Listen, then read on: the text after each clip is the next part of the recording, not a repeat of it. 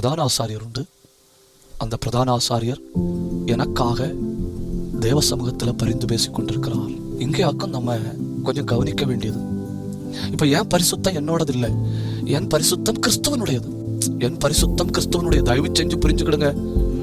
Super கிரேஸோ, hyper கிரேஸோ, helicopter கிரேஸோ, சூப்பர் சோனிக் கிரேஸோ, ஜெட் கிரேஸோ கொஞ்சம் கவனிச்சுக்கிடுங்க. என் பரிசுத்தம் கிறிஸ்துவனுடையது. அப்ப கிறிஸ்துவனுடைய பரிசுத்தம் என்னுடையது.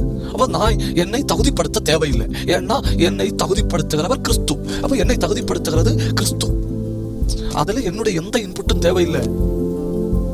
ஆனா நல்லொழுக்கம் என்பது நான் கடைபிடிக்க வேண்டியது.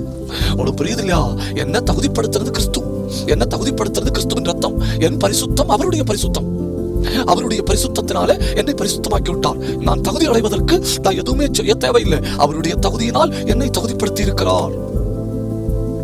ஆனால் நல்லொழுக்கத்தை கடைபிடிக்க வேண்டியது நான்.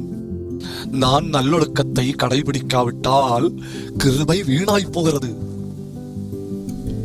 இயேசு எல்லாம் செஞ்சிட்டாரு, நான் ஒன்னும் செய்ய தேவையில்லை. அது உண்மை. நான் சிலுவையில் அறையப்பட தேவையில்லை, அவர் சிலுவையில் அறையப்பட்டு விட்டார். நான் ரத்தம் சிந்த தேவையில்லை, அவர் ரத்தம் சிந்து விட்டார். ஆனால் நல்லொழுக்கத்தையும் சுய ஒழுக்கத்தையும் செல்ஃப் டிசிப்ளினும் குட் டிசிப்ளினும் கடைபிடிக்க வேண்டியது நான். அந்த நல்லொழுக்கத்தை தவறிவிட்டால் நான் தகுதி இழக்கிறேன். கொஞ்சம் உங்களுக்கு புரியுதுன்னு நம்புறேன். கொஞ்சம் கஷ்டமா இருந்தாலும் புரிஞ்சுக்கிடுங்க. அதாக்கும் கொலோசியருக்கு நிருபம் எழுதும்போது பவுல் சொல்றாரு, ஒருவனும் தங்கள் பந்தய பொருளை இழந்து போகாதபடிக்கு. அப்படின்னா என்னை அவர் தகுதிப்படுத்தி விட்டார், செய்ய வேண்டியது எல்லாம் செய்து விட்டார். ஆனா நான் தகுதி இழக்க முடியும். ஏன்னா பரிசுத்தத்தை அவர் தந்து விட்டார். அந்த பரிசுத்தத்தை கடைபிடிக்க வேண்டியது நான். சகலவித நல்லொழுக்கத்தையும் கடைபிடிக்க வேண்டியது நான். இல்லைன்னா அந்த கடைசி நேரத்துல கூட பந்தய பொருளை இழந்து போக வாய்ப்புண்டு.